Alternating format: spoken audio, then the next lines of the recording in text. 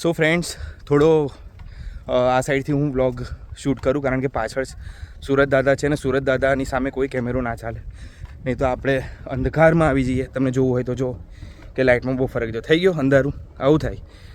એટલે vlog specially Gujarati દેશી ભાષામાં ઉતારવાનું નક્કી કર્યું છે કારણ કે જે બોલવું હોય એ મોફટ બોલી શકાય.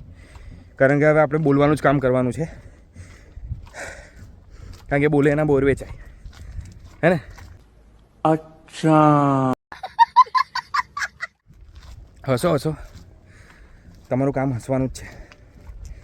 હા, તો આવનારા દિવસોમાં નવી ચેનલ ઓપન કરવા જઈ રહ્યો છું, પ્લસ એક સ્ટુડિયો સ્પેશિયલ યુટ્યુબ માટે ઓપન કરવો છે. નવી ચેનલને સારી રીતે મેન્ટેન કરી શકું. નવી ચેનલ હશે થોડી રિયલ વાતો, અનુભવો, એક્સપિરિયન્સ, ડેલી વ્લોગ્સ. હું અમુક વખત એવી ઘણી બધી વસ્તુઓ જોઈ લઉં છું જે તમારા સુધી પહોંચાડી નથી શકતો, અને પછી પાછળથી એ ભૂલી જવાય છે. પછી એ એવા ટાઈમે યાદ આવશે કે કોઈ ઠેકાણું જ ના હોય. તું સમજા? હા. નહીં, તું સમજા નહીં. તો પાછળ મહાકાળી પહાડ, અત્યારે હું ચાલી રહ્યો છું ટ્રેક. જો સી કેટલો સરસ ચોખ્ખો શાંતિમય બની ગયો છે. અહીંયા આવવા માટે 10-10 વર્ષ નીકળી જાય છે તમારા. થોડું વિચારો, 50થી 60 કિલોમીટરની અંદર રહો છો, તે છતાંય તમે એમાં 10-10, 15-15, 20-20 વર્ષ લાગી જાય છે. અને તમે જો એક્સાઇટમેન્ટ ઉત્સાહથી આવે છે, જો એના મમ્મી પપ્પા જોડે, અને તમારા લોકો, હે ભગવાન, આવવું જોઈએ. જય માતાજી.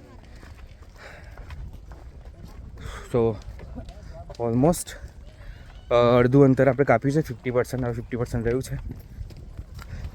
જય માતાજી.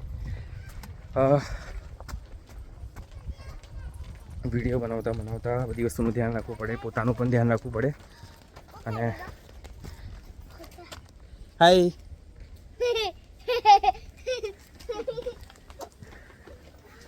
હા, બસ તમે સારી વસ્તુ કરવા જઈ રહ્યા હો. પાણી પી લઈએ. બાપુ પાણી દેજો, પાણી પી લઈએ થોડું, કારણ કે હવે હાફ ચડ્યો છે ને ગળું સુકાશે, એટલે અઘરી વસ્તુ છે. તો કાકા સરસ વ્યવસ્થા રાખી છે પાણીની. પહેલાં પાણી પી લઈએ, પછી આપણે કાકાને. આટલું પાણી પીવાશે મિત્રો મારાથી?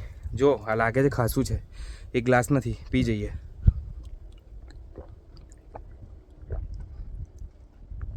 ધીરે ધીરે, બહુ હોશિયારી ના મારવી જોઈએ, ધીરે ધીરે પીવું જોઈએ.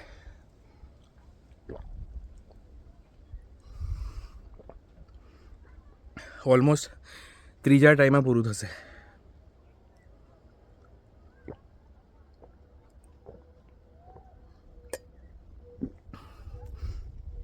ફિનિશ.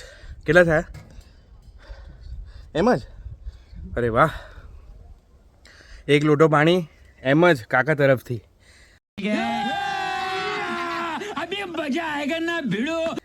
આને કહેવાય આપણું પાવાગઢ. જય માતાજી. હા, સરસ. હવે જોવું નહીં પડે 9-10 વાગ્યા સુધી. તો કીધું ને કે સારું કામ કરતા હોઈએ, કે સારા રસ્તે જતા હોઈએ, તો કોકનું કોક આપણું સારું કરવા આપણને મળી જતું હોય છે. પણ હા, એ સારું કામની શરૂઆત થતાં પહેલાં તમને ઘણા નેગેટિવ લોકો મળશે, ભયંકર લેવલ પર નેગેટિવ લોકો. મીન્સ કે આમ તમે જો એમના કયામાં આવી ગયા ને, પૂરું થઈ ગયું તમારું. તમે ના સોસાયટીની બહાર જ ના નીકળે, બીજી વસ્તુ જ પતી ગઈ વાત. અહીંયા જ વ્લોગ. સો મિત્રો, ઘણું બધું બોલી રહ્યો છું હું વ્લોગની અંદર, જે મારે ઘણા ટાઈમથી બોલવું છે, અને હવે હું આવનારા વ્લોગ્સમાં બોલીશ, કારણ કે બોલવાથી બોર વેચાય. તો ચાલો, એકદમ રિયલ રીતે વિડીયો ઉતારું છું. એવું નથી કે એક્ટિંગ કરવાનું આમ ક્યાંકથી કશેકથી કરીને આવ્યો છું. હા, પરફોર્મર છું, ડાન્સ ટીચર છું સ્કૂલની અંદર. મારા સ્ટુડન્ટ્સ પણ મારા વ્લોગ્સ, મારા વિડીયોઝ જોવે છે. અને 4 વર્ષથી મેં શરૂઆત કરી હતી પાવાગઢથી જ, અને હજી પણ પાવાગઢમાં હું આવું છું.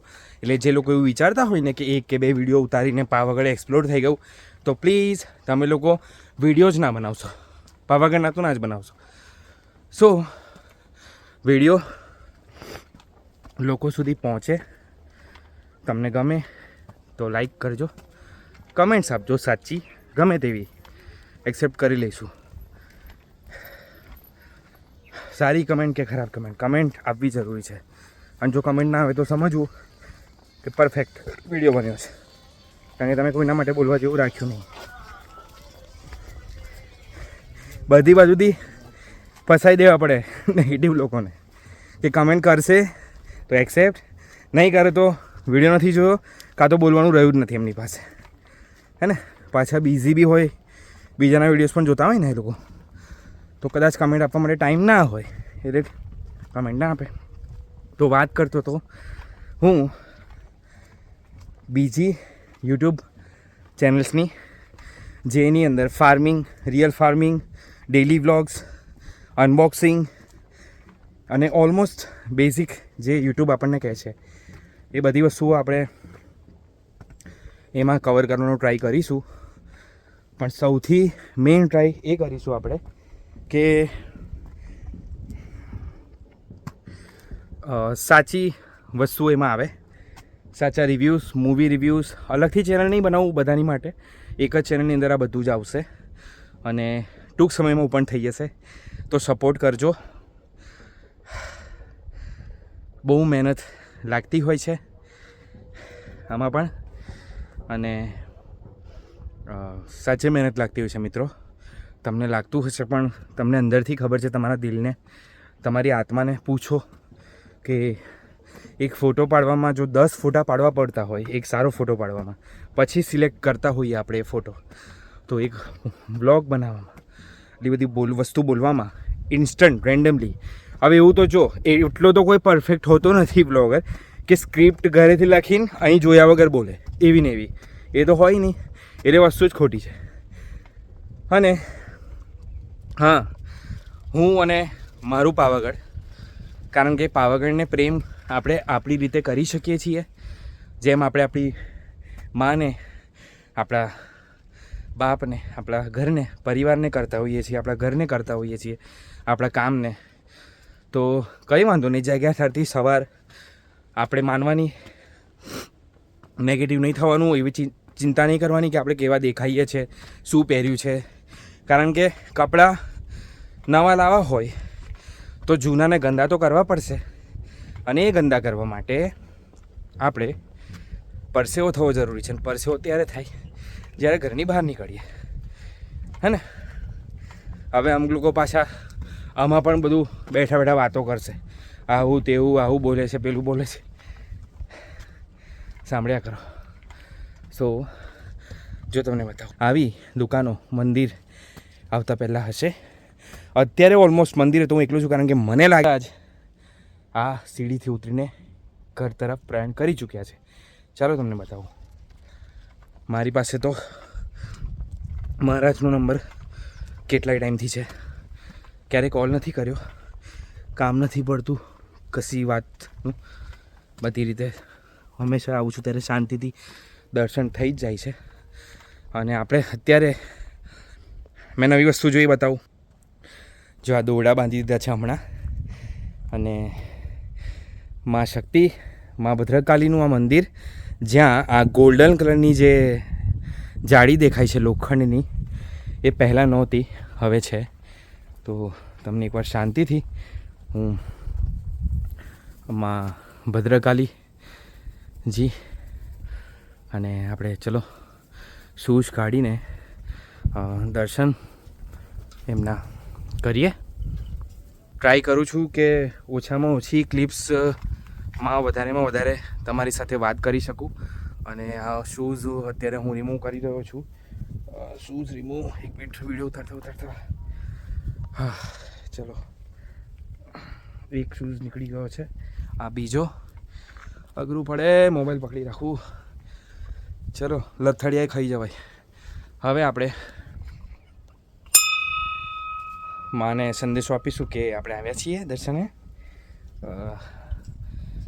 સિમ્બાના દર્શન.